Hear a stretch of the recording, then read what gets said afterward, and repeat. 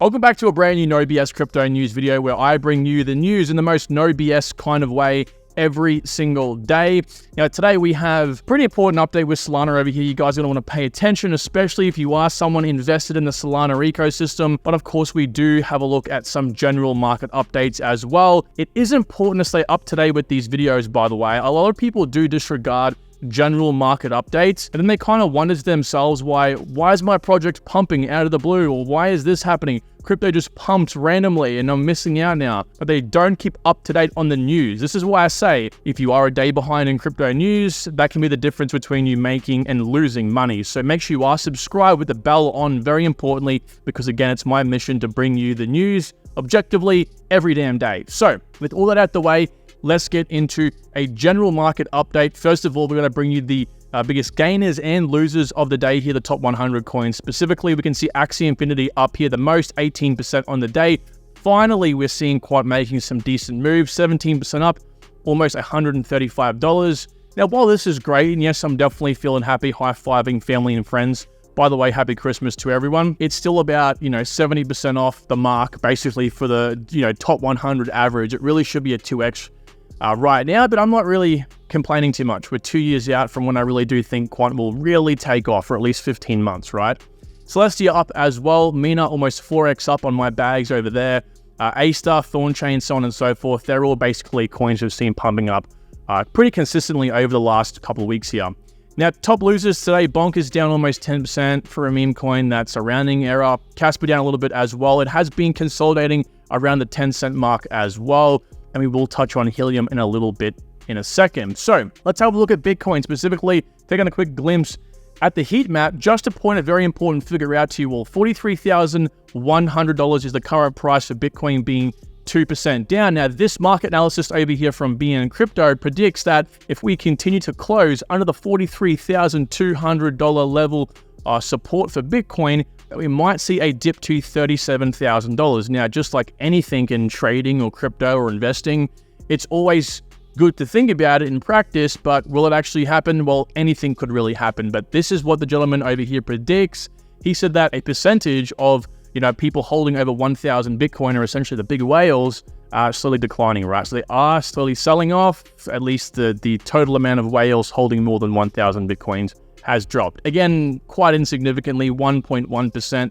That ain't that much, right? But it may be a precursor to something, of course. So this is his input over here. So he said, if you are someone anticipating a Bitcoin price correction, the first indicator would be a sustained close below 43,200. If this happens, Bitcoin could be headed towards 37,000. I'm finding a lot of predictions recently claiming that this level, this sort of mid $30,000 level, is definitely possible. So this would, of course, would create a very good buying opportunity for us, for Bitcoin and altcoins alike. So keep it in mind. Whether it happens or not, I'm not too sure. As you can see, we are kind of holding on this line right now. And as we saw, kind of previously here, we did go below and we did come back above. So not too sure what might happen. Just keep it in mind, of course, especially around the potential factor of these ETFs being approved by the rumor. Sell the news event could happen as well. Now, the first bit of news today comes back from Polygon.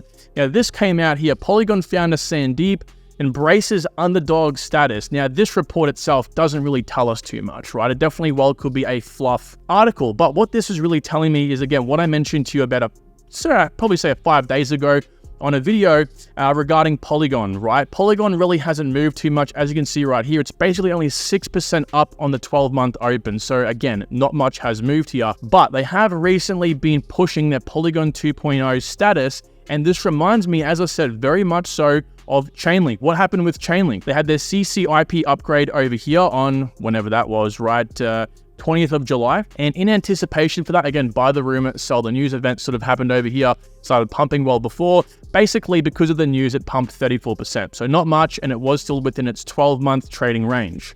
Came crashing down, of course. Again, that situation might play out with Bitcoin here. And then, of course, when the market started heating up, what happened? Oh, people were saying, yeah, CCP is huge, bro. Look at this amazing update.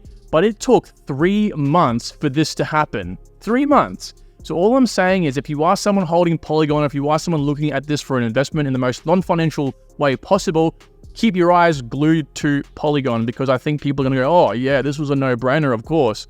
when the market eventually starts heating up and it starts pumping. It's all it takes. And speaking of pumping, we're going to get into the Solana news. It's very important you pay attention to this. The lesson you will learn from understanding what has recently happened with Solana is invaluable, especially if you are new to crypto. So Solana sets a record for monthly new and active users amid price rally. This is a report from The Block. I love The Block. They have a really great analytics dashboard for all different types of things, and they also do, of course, have their latest news. But this article was really a fluff article, right? Now, I'm going to cop this a lot in the comments right now, I have seen a lot of Solana hype train videos recently, right? Now, this is definitely kind of weighing on the action. I know, crucify me for this title down below. I just can imagine already, but these guys pretty much made an article saying that they set a new record for daily active users. But in reality, yes, they did. They set a new record for daily active users, 15 million this year. But if you click year to date, I mean all, right? It's like half of what it actually was. So in reality, they broke a new daily active users for their own network this year. All right, whatever. That article ain't that amazing. So that's not the news, and that's not why I really wanted to bring you into Solana. I wanted to point this out as a lesson. It's why it's very important. If you see a title of a YouTube video, if you see a title of an article, please read it, especially if you go, what the when you see the video title, right? Just click into it and learn more about it, because this itself could put you on a whole hype train. You know, I'm going to buy Solana tokens, or whatever the title might be. You might get really bullish or bearish, sell your tokens. And in reality, it's not the actual narrative that's being made. It's the breaking news title. So where I'm actually kind of like wowed over here was the fact that the Solana phone itself, the Saga phone, right? That's, mind you, debuted at $1,000, right, in the bear market, and was priced at $600 as a few months ago in August of this year. They had to reduce the price, matter of fact, because no one was buying the phones. They are now being sold for $5,000 on eBay. Now, this is where the lesson in Solana is going to come in and why you have to really pay attention. My mind just blows. Crypto never ceases to amaze me, and people's stupidity never ceases to amaze me. So someone has bought a phone for $5,000 on eBay for Solana. I'm going to be quite frank here. I think it's ridiculous, okay? There is 7 bids, and the current price for this Solana phone is $5,500. Now, they're saying, hey, you get 30 million Bonk tokens too. Why not? You get the phone, you get the Bonk tokens, because that was part of the airdrop, right? Solana's phones are part of this sort of push to get more people to buy the phone, I guess, make it more appealing, or just a little DLC. They threw in 30 million Bonk tokens, which, mind you, is only valued at $500 right now. At its all-time high, I think it was valued at $1,000 maybe. And so they're selling these phones for a markup of like 5x. And some of them, like this one, as 7x markup from original price. Technically more if you want to count the actual price it was a few months ago. This just is a massive testament to the fact that people in crypto don't think with logic. They think with the trend of the market. They think, if I come back over here with the price of Solana, $110, they will claim projects are bad because they aren't moving. Point in case Quant Network right now. And they'll think projects are fantastic when they see it up 800% on the year, or in reality, even 800% on the last few months, right? It's absurd, and it's so stupid. So please, if you are someone out there going to yourself, should I buy one of these phones? Or if you're not, if you're just someone who's listening to this passively, when a project pumps, it doesn't matter what is the reason for the pump. What matters is the fact that people are going to FOMO in. People are going to FOMO. There's no connection between you buying the Sol Saga phone. You don't get any like free airdrops, other than you don't get like 10 Sol every month. It's just a phone that has DeFi capabilities that couldn't even sell out, and now it's selling out, and people are buying it on the secondary market because, again, its main coin, the Solana project itself, is pumping. So please, for the love of God and everything I know and love, do not be one of these people. You're better off right now just simply not buying a Saga phone, waiting until they possibly launch more, and just buying the Bonk tokens on the open market for $500. Now, I get it. If this is a collector's item, right, if they never release any more Saga phones, then yeah, it kind of makes sense. This price will likely appreciate over time. But as far as I'm aware, I don't think they're making any more right now, but they likely will. Again, the team behind it, particularly the founder himself, has a telecommunication background. They will likely do this in the future.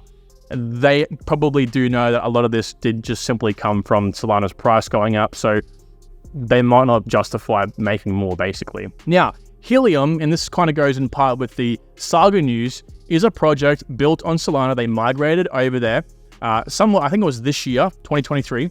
And these guys are a sort of data provider, right? They're a 5G network for phones. There's no connection to Saga. You don't get, again, a free Helium network for this, right? But interestingly enough, I wanted to touch on these guys while I was mentioning the Solana news because they've actually pumped up quite a lot recently. Helium, right? The token itself is like 5-6x in the last couple months. Insane, right? And again, I think it's part of the testament, the fact that the Solana ecosystem is pumping. So this might be a good project to get into, part of the Solana ecosystem, because it will definitely pump more in the future. And the fact that they have 370,000 active hotspots for IoT, but more impressively, 4,700 active mobile hotspots. These units are quite expensive. At least I was looking to buy a few myself a while back. They were like $500 to $600 a pop back then. They might even be worth more now for obvious reasons. So yeah, very interesting. And again, they have quite impressive coverage, but this is a decentralized mobile network, okay? So all these hotspots you're finding, much cheaper apparently than even regular providers. Telstra in Australia, AT&T for you guys in the US. So it might be a good play. And these guys are definitely in what's called the dpin sector, which is apparently hot right now, okay? dpin, or decentralized physical infrastructure projects. Again, Helium's in this list. Theta, Render, Flux, Akash, ICP. Again, decentralized physical infrastructure-based project. Next bit of news today, we have a pretty interesting article written from CoinDesk. These guys created their own sort of market index, aggregating the top 500 crypto altcoins into one, kind of akin to the S&P 500, as you can see here. They call it the CMI. Now, the CMI has 5x this year, but actually, surprisingly, Bitcoin in this green line has outperformed even the top 500 coins. So there you go. What do they say? Just hold Bitcoin.